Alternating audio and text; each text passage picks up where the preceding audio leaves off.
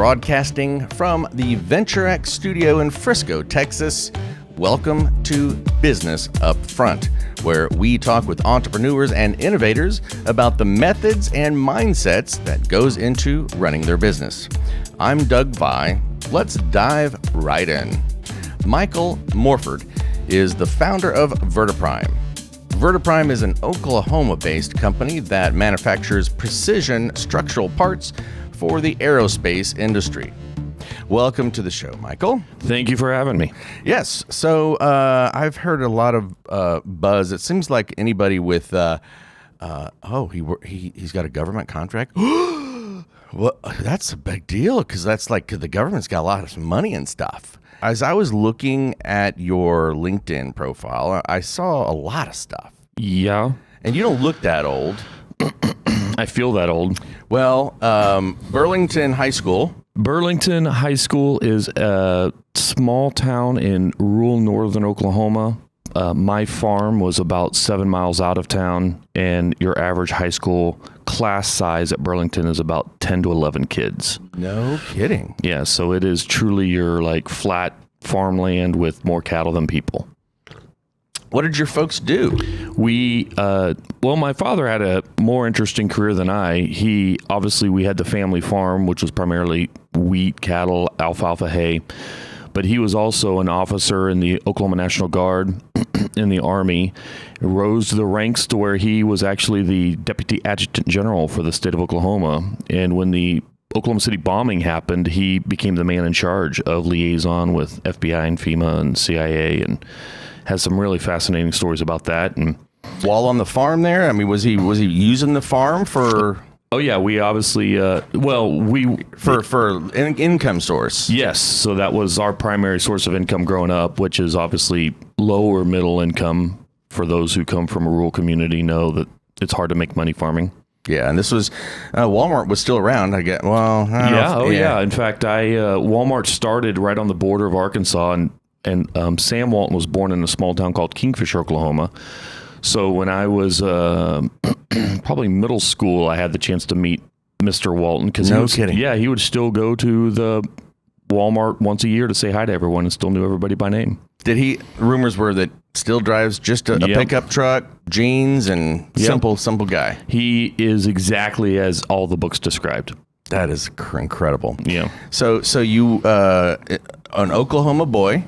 And you're raised, and you went to you got your MBA in finance and engineering at Tulane University. Yeah, down in New Orleans. In New Orleans. Yep.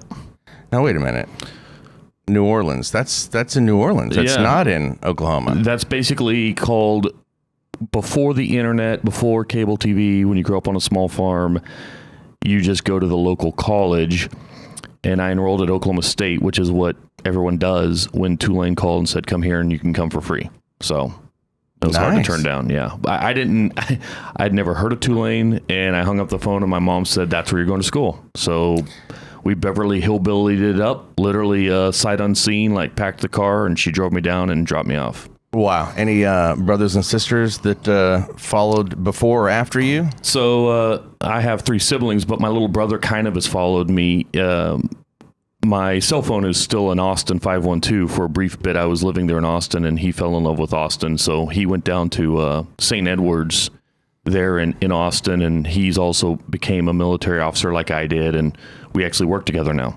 No kidding. Yeah. So did you, when you were in high school, did you know what you wanted to do? No, I was your typical overachieving, full of grandiose thoughts. I thought A, I would one day own a baseball team, or B, become president, in no particular order. Right. So I had no ideas what I was actually going to do. And were you like a band guy, sports guy, science nerd, or what? When you come from a school where the entire K through 12 population is less than 150 kids, everyone plays in the band, but we were too small for football, so we only had basketball. Okay. So everyone is in FFA, Future Farmers of America, right, which very proudly involved there. Yep. So you kind of just did everything. And so there weren't really cliques per se, because there weren't enough kids to have cliques. Wow. Well, some of the things that I saw on your on your LinkedIn profile were, kind of seems like have led to where you're at right now.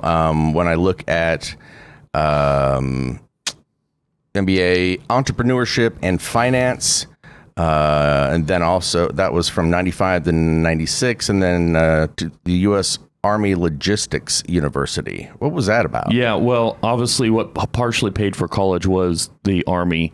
I had a choice coming out of high school of West Point appointment or to go, to a regular university on an ROTC scholarship.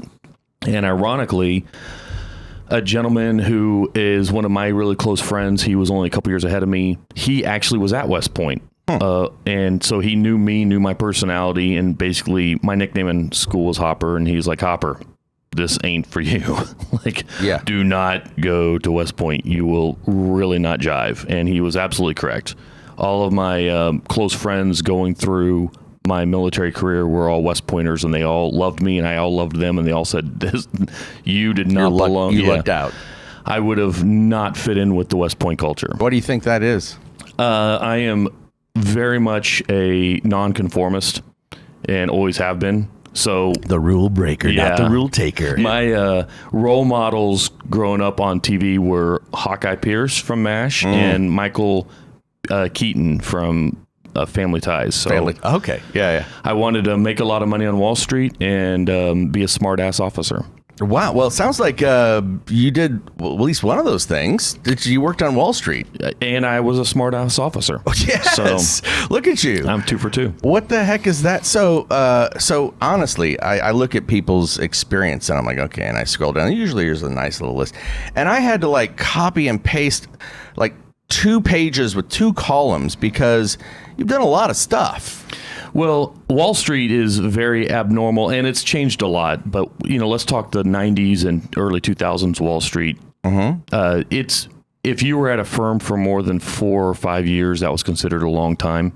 You just even today, you just kind of jump around firm to firm because it's all the same. So I had a lot of job experience at different firms on Wall Street. But then also, when you're moonlighting as an Army officer and they jumping between active duty and the Army Reserves, you just get a lot of opportunities to do a lot of interesting things. You didn't see any active duty, did you? Or yeah, well, obviously, after I commissioned out of college, you go on active duty, you go through your officer training, things of that nature, and then I found the perfect job for my skill set. I was in a very large reserve unit called a Theater Support Command, which is kind of up at the combatant command level. It's very logistics focused. A lot of side interesting stories there as to about why 80% of the logistics of the military fall into the reserve structure. And I got plucked by the 2-star command to go into a small little unit to just deal with war planning. So it was purely looking at the big picture of how we wanted to go to a theoretical war pre 9/11 against a Saddam Hussein adversary, and was working on the war plans for that. And then when 9/11 happened, we knew it was just a matter of time before I was deployed. So that was a great experience from the academic perspective, but by the time I came back from my deployment and our engagement had become a little off the rails, it was no longer fun. Did it scar you? Did you have any PTSD, post-traumatic stress? Is that what they call it? Yeah, PTSD. PTSD. Well, I, by design, was always going to be rear echelon. I didn't want to face combat because I'm not enough of I'm a cowardly lion, if we're going to use that phrase. Sure. I just wanted to be at the back, making sure that we operated the war efficiently. So, yeah, I was deployed. I was in the war theater. I was in combat zone, but I never thought of myself as being in risk. Okay. More tactical. Very much so. To put it into perspective, right at the beginning of, quote, shock and awe in 03, we had scud alerts, and, you're supposed to get into your contamination suits and things. And by day 2, you become so desensitized, you just think, no, whatever. And you just so you do start to become desensitized to the concept of combat. And a lot of my friends were, forward units, and they would come back and, I'd get all the updates, and we were involved with making sure the war functioned properly, but I never had to worry about ducking for a bullet. When you were in the military, I mean, some of the things you're doing now, which we'll get to here shortly, is did you see opportunities? I mean, it seems like you're kind of that guy who's like, there's a problem there. I wonder if there's a solution out there for me to tackle. Yeah, the interesting thing of how we got to where we are today with VertiPrime and the spin-off technology company Sustainment is not directly from what you just described, but indirectly. Because when I started looking at taking advantage of government contracting opportunities to manufacture these parts for your aging aircraft, I started to suddenly have flashbacks of everything I was doing when I was there. But it wasn't like when I was there, I saw the issue. It wasn't until I was on the other side of the logistics fence that I started to see just how broken it is. Connecting the dots and even like relating to you were there to what you were trying to do. So, all right, well, I'm actually anxious to hear kind of your elevator pitch on what VertiPrime is and where you're at with the software. You mentioned a couple things to me about it before, but give me kind of what is it and who does it serve? Sure, yeah. So it's it's kind of fascinating in a scary way. You still have, I'm going to guess, not quite a super majority, but a majority of your Air Force aircraft, your fighter jets, your long-range bombers, these are all considered mature or antiquated aircraft designs. So if you think about the B-52 still in use, its first maiden flight was in the early 1950s. Same with the KC-135, which is the long-range refueling tanker. Your A-10, which was introduced back in '76. Your F-16. I mean, these are pretty much the core of our fighter jet, long-range bomber, tactical fleet, and they're all older or very old. Still considered why the America's got the best military in the world, but you're saying that it's kind of outdated. Not just outdated, but if you think about the timeline, the B-52's origin is closer to the Wright brothers than today. Wow. That's weird to think about. Yeah, and it's still not only flying, but actually just this week you had comments out of Pentagon or Senate Armed Services Committee that the B-52, the target is for it to continue to fly until 2097. So and an even more fascinating story is the fact that there is a B-52 that gets kind of maintained at Tinker Air Force Base. It was flown by an Army air captain in World War II or post-World War II. His son became an Air Force pilot and flew that exact same B-52. And then his son became an Air Force pilot and is flying that exact same B-52. No kidding.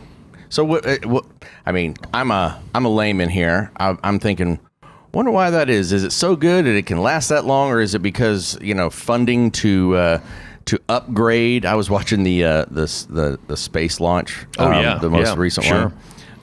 And I saw their outfits, and I'm like, man, that ain't no NASA that's not what I remember seeing with the like tin foil looking. Yeah, it looked like a Lego character, right? Yeah. And these guys are like Star Wars, and I'm thinking, okay, they had this is private funded, right? It's a private funded space launch. Therefore, my assumption is they can like keep up to date. Is that the same thing? Would you say with the military and their airplanes and their? It's like, what do we do with them? We need to keep using them. We just can't throw them away. If we update them, it's going to cost too much. What do you think that is? It's a little of everything. So the B-52 design very much is still a extremely capable design. It still meets the functional needs as well as any design you could think of. If it ain't broke, don't fix it. Right. Also, you have, a very diverse, or at least over the past few decades, you had a very strong, robust industrial vendor base to support the maintenance of that aircraft. You have newer engines coming out that they're replacing constantly, so you improve fuel efficiency, so you make it better. So you put the new engine into the old body. Right. So I would contend that there's not a lot of original parts left on that B-52 I referenced that is a third-generation flyer. It's just such a good aircraft that you just continue to fix it over time, and you eventually have a completely new aircraft. And so then it gets to the dollars. The billions of dollars that it would take to make anything comparable for use would take years, if not decades, and billions of dollars. So why go after that route when you have something already there? So is this in the neighborhood of discussion of where VertiPrime and your company comes in a little bit? Exactly. So I happened to be at an event in Oklahoma, and I was leaving Wall Street because I was sick of what Wall Street has become, and found myself talking to some people involved with the maintenance of these aircrafts. In the Air Force, they call it depot maintenance, even though it looks like depot. Depot. Yeah. And Oklahoma, Tinker Air Force Base, which is located just outside of Oklahoma City, is the largest military depot in the world. And so that's where they maintain the bigger bodied B-52, B-1B, KC-135s.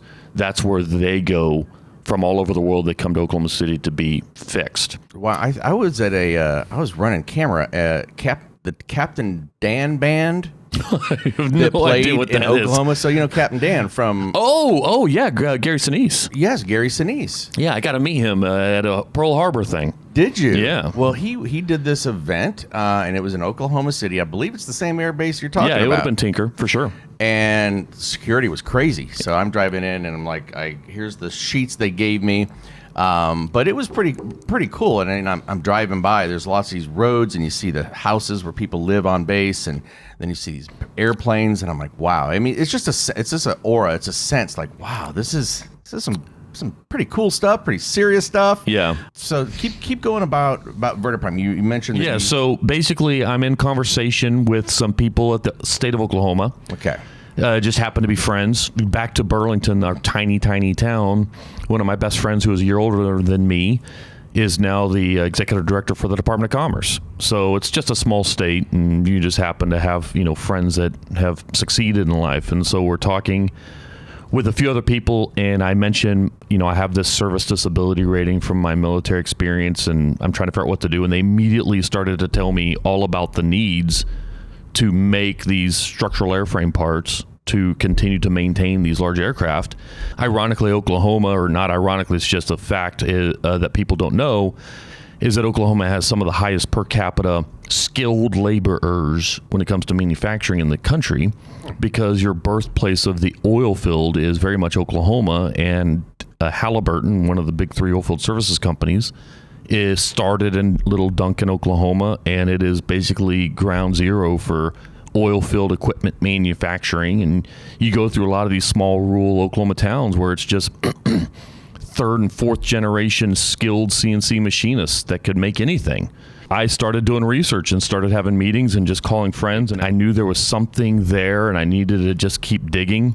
So I started to attend industry events throughout Oklahoma and northern Texas, trying to just get an idea of how to quantify and what's the best way to approach this seemingly interesting opportunity in which there's very little market research data available. It's this kind of forgotten. And is the opportunity you're talking about the fact that we need to bring on our own grounds, we need to have the ability to make and maintain these crafts. Yeah. So, and in Oklahoma, it becomes a very unique situation, because here you have the largest military depot in the world, and you've got some of the highest per capita skilled machinists in the country. Right. And they don't know that each other exists. Wow. And so that initially led to the thought of we would just own manufacturing facilities and make these parts for the Air Force. And that's still part of our primary goal at Vertiprime. But what we started to see is a true technology need to start to bridge that gap, not just for our own business opportunities, but for all manufacturers in the U.S., and to help improve the readiness levels of the military. So a year ago, came up with this concept of a technology in which it would be very much like a Airbnb for DoD, or Uber for DoD. It was essentially saying, all right, what are these modern technologies? DoD, Department of Defense. Thank you. Sorry about that. And so is basically saying, what are the newer technologies that have started to really become pervasive in your consumer focused industries, and how could they be applied to the problem I'm looking at right now, which is this mismatch of the potential for manufacturing domestically and the need on the Department of Defense side for this manufacturing, and how can we bridge them together? So they have a more solid pool of resources that they can call on that's local and qualified, but that's diversified. Yeah, correct. And here's another anecdote to put a visual on this, and that is you have like the B-52. Right. They designed and developed that aircraft before computers. So if you think of that thin plastic film called Mylar, where you'd lay a bunch of them on top of each other. Oh, yeah. Well, almost all of the B-52 parts still today, the original, like, quote, source code or, data packages is Mylar. Really? So it's not just not a PDF, or let alone some 3D CAD CAM file that someone who's an engineer could look at and say, oh, I know how to make that. It's an old Mylar. So you have this extremely outdated supply chain that has not touched technology for many reasons. No one's fault.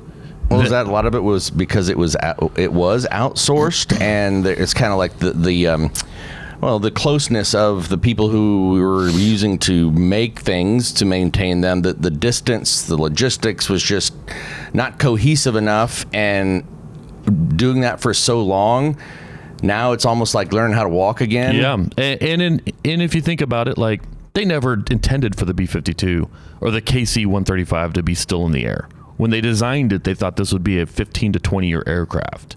So they didn't.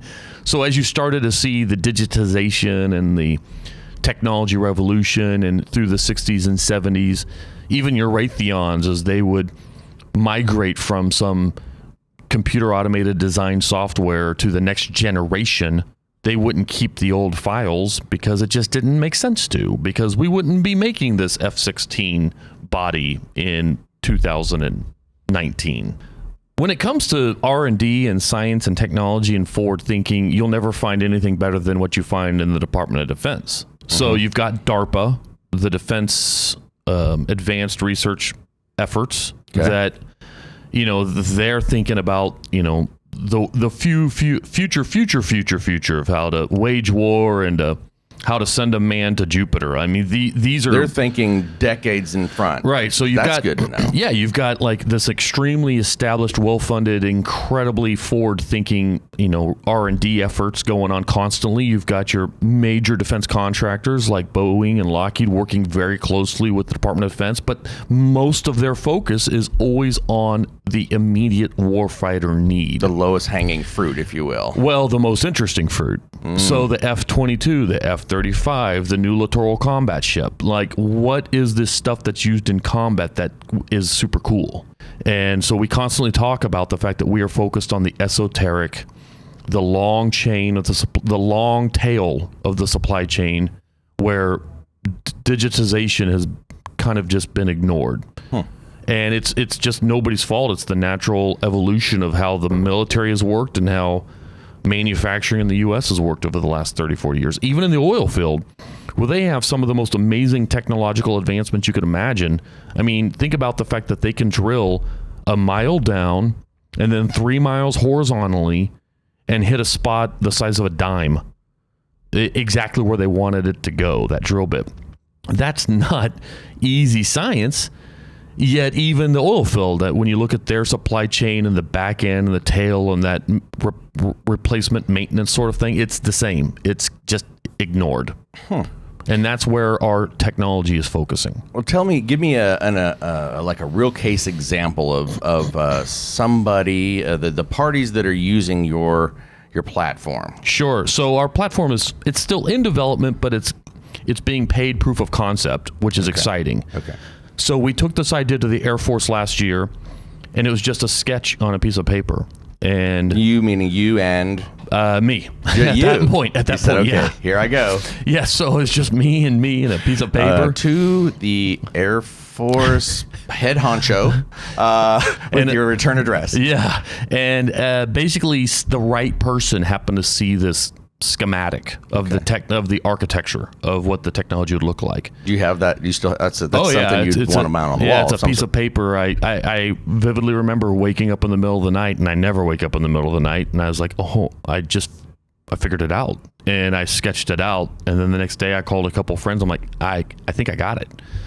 So that's exciting. That was cool. It's never happened. It will never happen again. Like, it's It's just one of those. It's a perfect storm, and I love it that it's almost napkin, like, some of the best songs or whatever are written on a napkin in a bar, and you can barely read it or whatever. I did have to explain why there's a picture of a donkey in the middle of it. Well, No, we're not going there. No, that's right. That's a different picture. The donkey is a metaphor, actually.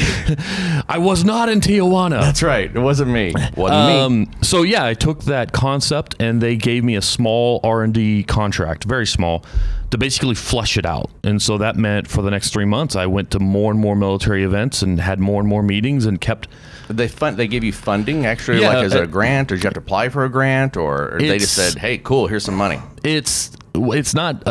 It's in between. So there's a program that is called the SBIR, and it's for research, and the DoD has a large pot of it. And they said, "Here's a little contract out of this pot of money, and go forth and conquer." And when they do that, they assume you fail because they're not giving you much money. Right. So and you have a contact. So that's the guy. You're the guy. You're my guy. Right. And so during that process, I continue to get positive feedback. You know you're onto something that makes sense when every time you show it to a subject matter expert, they're like, "Oh my God, that's so obvious. How did I not think of that?"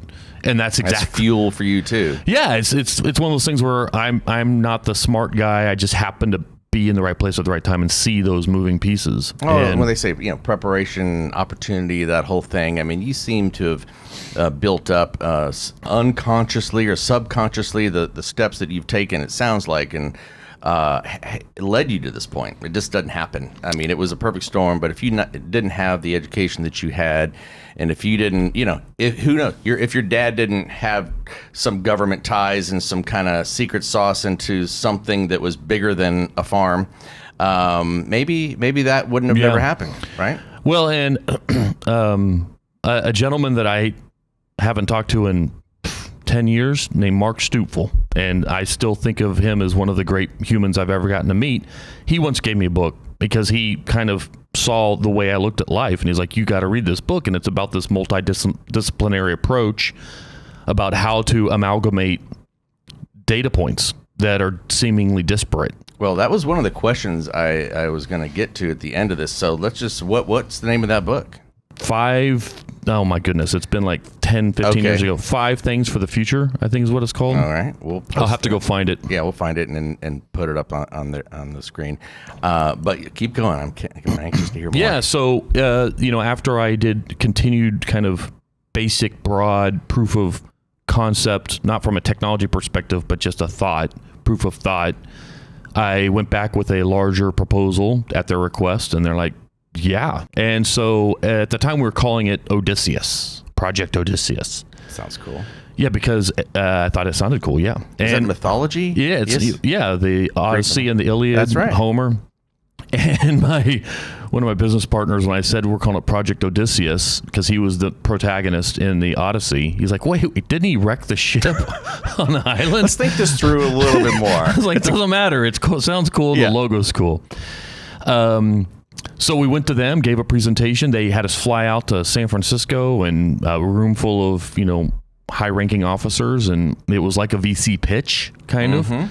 And your Don Draper thing, and where you're up there with the vision and nervous, you're dressed up, and the spotlight's on you. What does vertiprime mean? Vertical prime. So vertical prime is in prime contractor, which is what your Boeing and your Lockheed's. That means you're the primary contractor for the Department of Defense. Vertical prime. And love it. Yeah. So right at the end of the presentation, they had me leave the room for 5 minutes to deliberate, and I came in, and they're like, "Here's $1 million contract." Now, was it you and some people with you, or was it just you? My business partner, who had kind of been helping the moral support. Yeah, Steve Little. He and I went out together, and they're like, "Yeah, here's the contract. Go forth." I'm going to go to the human part of this. I mean, were you nervous? The only nerve I have wasn't whether or not they would approve of the idea.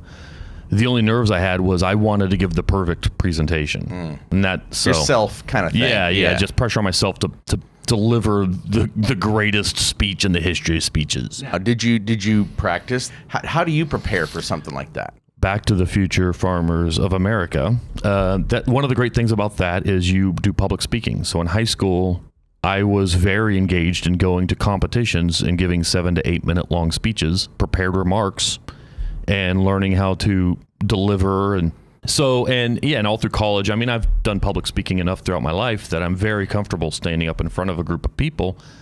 I do love extemporaneous. I love to just stand up and just fire away, but this one I wasn't taking a chance. Yeah. So I had extremely detailed prepared remarks and had it almost completely, like a good 15-minute presentation memorized, which is a lot of words to memorize. But yeah, we had that thing nailed down.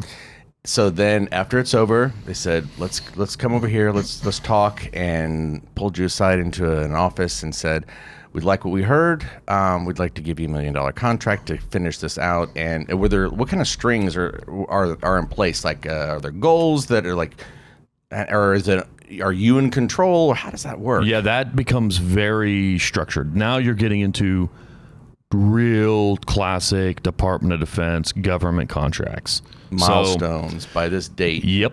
And so basically here's the 34-page contract and your technical milestones with your delivery dates and your invoices and what you're expected to deliver. And I do have a program manager and multiple people with the program manager at the Department of Defense that we're in touch with weekly. So you're into the no kidding around. This isn't little change now. And more importantly, status update meetings. And more importantly is the fact that it's not so much the $1 million contract, because for you and I, that's a lot of money. For them, that is, I was going to say, it's nothing. Yeah, I can understand that. It's the fact that if this technology continues to develop and be used the way we and the Air Force and the Department of Defense think it could be used, you're talking $1 billion contract. And that's why they're treating this serious, and there's no joking around. Right. Wow. I mean, and so for those of you out there who are much like me going, okay, I think of the weirdest stuff. I'm thinking, okay, here's a check. You go to the bank. You got your Vertiprime bank account. So the LLC. Yeah. You make the deposit, and then you look at the balance, and you're like, wow, okay, game on. Almost. It wasn't quite like that. No, they did have, you had to bring in like a little square point of sale reader for your phone, and they literally swiped a credit card and $50,000 shows up in your account immediately. I got you. But that was it. Like, we have to... And you had to figure out how to, manage that money and get the right people in the right places to build this team. Right. In which I often like to claim, my one skill set is to bring the right people around. So I had been talking with the guy that would lead the development efforts on the technical side. Yeah, sure. And so you've seen Joe down the hall. Mm-hmm. Joe is very much running the team of the developers that we've brought on. And I started working with Brett and realized he's the guy that needs to actually run this, because he's a West Pointer. He's the, photo negative of me when it comes to personalities in a good way. Balance out the whole, yeah. He understands technology. He's done to tech development companies and startups, and he's the right guy to do that. So we have a development team all reporting up to Brett, and they are just crushing it. You got some full-time people, probably a core small group of full-time, and then you work with contractors. Yeah. And so my job is to just, think of trying to stay on the ship, steering it right, engaging with the Department of Defense, continually just trying to figure out where do we need to continue to evolve this software. So now, like we were talking about, an example, you got the software, there's a website, you got an app as well, yeah? Is there plans for app development? I'm still kind of getting... So the concept is it will always be cloud-based architecture. It'll be very much an app. There's multiple modules, so depending on the user and the need of the use, what they see will look very different. Different user interfaces, like, hey, logins, this is for the manufacturers, this is for the purchasers, different view sets. Yeah, the UX experience is completely different depending on what the need may be for, and between commercial and private, or Department of Defense. So If it's DoD, that's a whole different UX. That's a whole different series of sign-ins and security requirements. If it's for a Halliburton or a Pioneer Drilling or some oil and gas company, well, that's completely different. So we're starting to hit those branches. Yeah. It's kind of like you've got your central technology that is the same. And so, our goal is to never be a customized one-off solution provider. We are a developer of a technology that matches together manufacturing to heavy industry. And so we created Sustainment Technologies Incorporated, and it is a good old-fashioned tech startup in which we will eventually, because of the dollars that we're getting in from the Department of Defense, we are able to jump ahead past a lot of fundraising hurdles. Do you have to locate these resources, these manufacturers, and qualify them? And how does that? That's part of the secret sauce. Part of it is to understand how to tap into existing data sets that are public facing that allow us to start to aggregate the database. But that only is a part of the equation. So it's also working directly with DoD and working with state level groups to start to understand how could we more efficiently aggregate all the manufacturers that wouldn't be considered large. Your small, medium-sized businesses, your small mom and pops. If we were to try to do this manually, it would never work. How many companies on the manufacturer side do you have on there? Well, probably not tons, but no. Well, we believe there are over 20,000 small to medium-sized manufacturers in the U.S. where your average revenue is $2 to $5 million a year. Okay, so that is a large. That's larger than I thought. And our existing database. I mean, from what? From iron riveting? Give me some examples. Yeah, so if you think of modern manufacturing, you've got your CNC machine. It's your, if you think of how a baseball bat's made, a lathe, well, that's for metal. They still make wood lathes, but so you have your computer numerically controlled CNC. So it's basically like this big old computer attached to a bunch of bits, and so you have 3-axis, 5-axis, 2-axis. These things can make the most complex parts, precision parts to go into the best engines in the world. So these are very, very expensive, very precise machines. And the shocking thing is how it's just, this shop has 2, that shop has 3, this shop may have 100. Capacity comes into play. Like they can do this many at a time, but they need 12, and so you have to source different ones. And that's pretty complex. It gets very complex very fast. Yeah, and so it's a part of the problem that we're addressing that we're excited about is it's not only understanding that side, the manufacturer side, but also understanding the demand side on the Department of Defense, the nature of the parts, the nature of how they go about contracting those parts. You almost have to be quasi government contractor, quasi, business development manufacturer. Yeah. So it's a very complex bowl of spaghetti, and it takes a while to pull the noodles apart. So Vertiprime stays focused on just manufacturing parts. Got it. At the beginning of our story, that's what we wanted to do, and we'll continue to do that. Not only is it a nice business, but also it continues to help us understand the mindset and the processes that a small manufacturer has to go through on a daily basis. Sure. So it provides us real-time personal experiences instead of relying on hearsay. Yeah. So that's Vertiprime, and Sustainment is the technology. Is the platform. The platform. That's exactly right. So what level, what percentage of the way through that are you from the time you got that initial contract and your deadlines? The proof of concept, is it workable, and kind of where your goals are from when you first got the initial grant? Sure. I will say that we have exceeded all expectations for the Air Force. We are on track to deliver the level of technical development outlined in the contract in half the time. No kidding, dude. Because, knock on wood, the guys that are working in our team Brett and Joe and Chris and Richard, they just are geniuses. You know what I wonder is, like, the government, it's like when I used to work for a corporation. I mean, things are just a big ship. And like, well, when can you have that technical documentation ready? I could have it to you in the next 3 or 4 weeks. And like, okay. And I'm going, 3 or 4 weeks? I'm used to like 3 or 4 days. Yeah. And the private sector might have a little more like, hey, we've got kind of tech company startup mentality. Boom, boom, boom. Time is of the essence. And maybe the expectations were like, this might take a while, but you're exceeding that just because of maybe that mindset, that entrepreneurial. Yeah. Well, we definitely have the team. Yeah, we definitely have the tech team startup mindset, no doubt. Brett, Joe, and the guys, they do your classic sprint agile planning, and I mean, it is. You walk into these meetings and you wouldn't know what tech they're developing. You just know it is tech.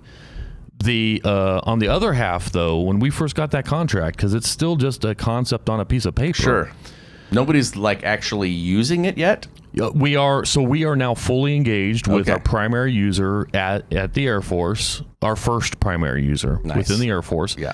So they are now engaged with the weekly sprint calls, which in fact we have one starting up here very soon. And so we're making great progress on that. We've got a lot of the core components very functional. And now it's just a function of putting all these pieces together. It's the Lego building set. So we've got that great foundation. Now it's just continuing to layer on each block. Do you see it as something that will, evolve, have the need to constantly evolve and live for a long, long time? And this is just phase 1. And the phase, we already have mapped out like 20-year sort of phases. And the long-term concepts get into really cool science fiction stuff. Really? Yeah, it's where you finally can start to see the manifestation of blockchain and Internet of Things and how they all interplay and how you can securely have very important critical technical data associated with a Department of Defense aircraft make its way from being needed at the repair facility to being manufactured almost instantly with no one ever seeing that important, sensitive, critical data. It's mind-blowing. I'm going to do a quick lightning round, and then we're gonna call it good. Cool. Do you exercise regularly? That's a horrible question. What food? I did before COVID. Before COVID. Okay. What food don't you eat, and why? I eat everything. There's not anything you're like, no.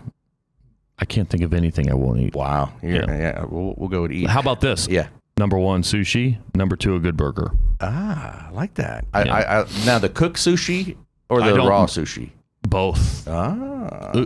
And to me, like your true sushi connoisseur is the one who loves uni, which is the sea urchin. It's like a mushy. Oh, it's so good. Delicacy. So good. What's your favorite music? It's there's really no name to the genre, and trust me, I've tried to figure it out. It's kind of like a chill wave kind of vibey music. It's not dubstep. It's more like you're when you walk into a lounge in a cool club early in the evening before it's ramped up. Like it's just. What would you search on Amazon Music for? Chill music? Yeah, chill wave is the closest thing I've seen to. Yeah, so you put that in when you're like wanting to get in the zone. Yeah. So and some of the music has lyrics, some doesn't. Some early. So Sia, that artist, the female artist with the wig that's half blonde, half black. Yeah. Her first group was 07, and their music is fantastic. It kind of slides right into what I'm describing. Wow. I'm going to check that out. And M83, you see M83 in a lot. You'll hear their music in a lot of commercials and movies.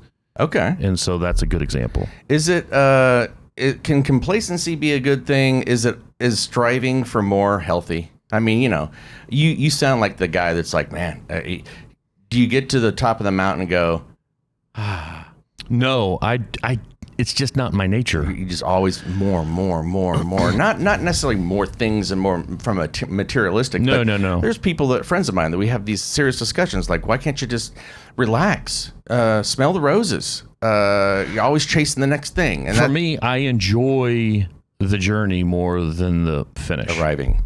Yeah. So, the winning that $1 million contract was a big deal, but I just wanted to go get to bed and get started.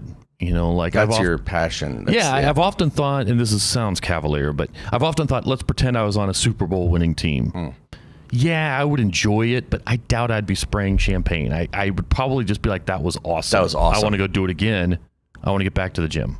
But you don't want to reflect on it too long. No. Kind of like, all right, that was awesome. Did it next. Yeah, my wife knows I'll never retire because mentally I need to constantly be looking for how to change things. Does that in a marriage? Sometimes my wife is like, just slow down. I mean, let's go to the lake. And one of my friends said, "Oh, it's the worst thing ever." I'm like, really? Like sitting down in a chair with a cold beer? It's the worst thing ever. And sitting and watching the water and just not even maybe some music. He's like, no, I couldn't do it. I dig that for 30 minutes, an hour. I love it, but I can't just do that for extended stretches. So you'd think you'd need to counter it. Like, okay, I'm intense over here. I need to do something to balance it. Yeah, I do. Some people are spiritual. Some people are like yoga, meditation. Do you do any of that kind of stuff? My mental breaks are twofold, and this is, I'm going to lose my man card here. That's fine. Laundry and doing the dishes. It's a mindless exercise. Just put on a movie, fold laundry, put on like some sci-fi, mid-90s where it's horrible, so you're laughing half the time. Are you watching it, or are you multitasking on the phone while you're watching it? No. You do like to engulf in. Yeah, I'll try to really lose myself into a movie or something. Pause it if the dryer goes, yeah. You're not like, yeah. Yeah. Okay. So, is it plausible other life exists and have visited this earth? Okay, so first off, that's tangential to the concept of singularity. And so I love talking about singularity, and I also love talking about parallel multiverse. Yes. Because I believe that theory has a lot of potential, and it is not just some science fiction concept.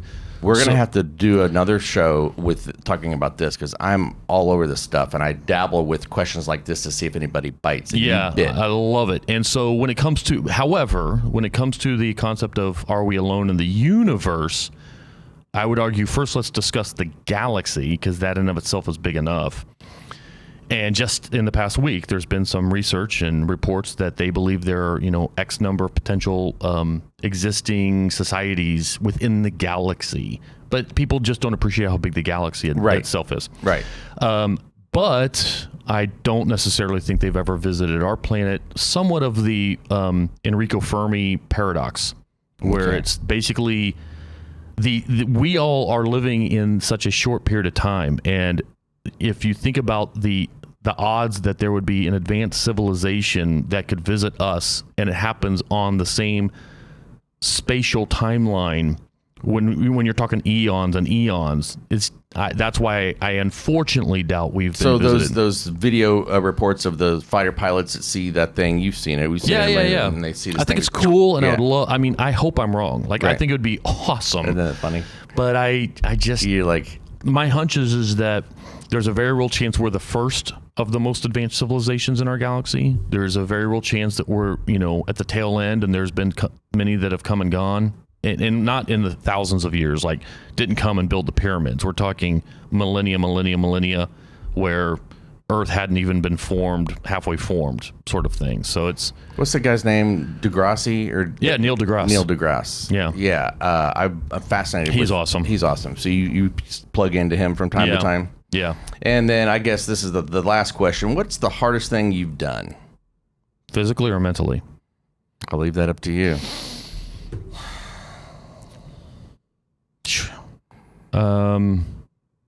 You know what it is? It is that, in 08, 09, when the financial crisis hit, it wrecked me financially. And I'd just been married, and over these past 10 years, we've had 3 little kids, and keeping it all together while we've struggled through to get to this point, has been the hardest part. Staying strong when in your mind you're going, oh shit. Yeah, and because it's not that my wife doesn't feel the same stresses that I have felt, but I don't want her to feel the same stresses that you feel during when you've got a small company and you don't know about cash flow. Like that's a painful stress that I don't want her to have to feel at the house.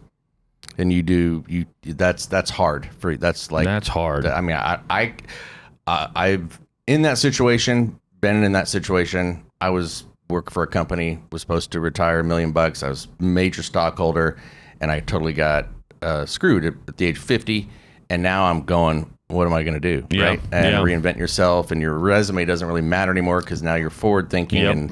And so, yeah, and I've struggled. I can relate to that as being a hard thing to do because, I'm a pretty transparent guy, but when you have to like bite your tongue and not show that vulnerability, it takes a toll on you. Yeah. What did you do to help overcome that? Well, any tools? The way I process people look at my kind of nutty, outward going personality, like the Hawkeye Pierce, and they confuse that with being laissez-faire about everything. But that's more of a coping mechanism. That's your coping. Yeah. That's your counter right there is humor. And it's just silly, juvenile, which it makes you feel like, okay, I'm alive. Which is why if, like in my military career, I had a few generals that I reported to that saw that. They saw that it wasn't just me I wasn't a goofball. I would get serious very fast. And so I was great with them. Like I rose. You could turn it on and off. And I rose ranks fast with them. Interesting. But then if I got stuck with a full bird or a general that was your classic, just like no sense of humor, then it was a struggle because they just thought I was wanting to jerk around. And it's like, no. This is serious. But if we can't stop the laugh to like expel a little bit of that stress, then you're just dooming yourself. Humor is, I've since the COVID, I've been watching a lot of comedy specials. I've been watching a lot of comedies because I don't want to watch the news and I don't want to watch anything scary. I kind of want to, stick my head in the sand and go, life it's okay. Yeah. Everything's fine.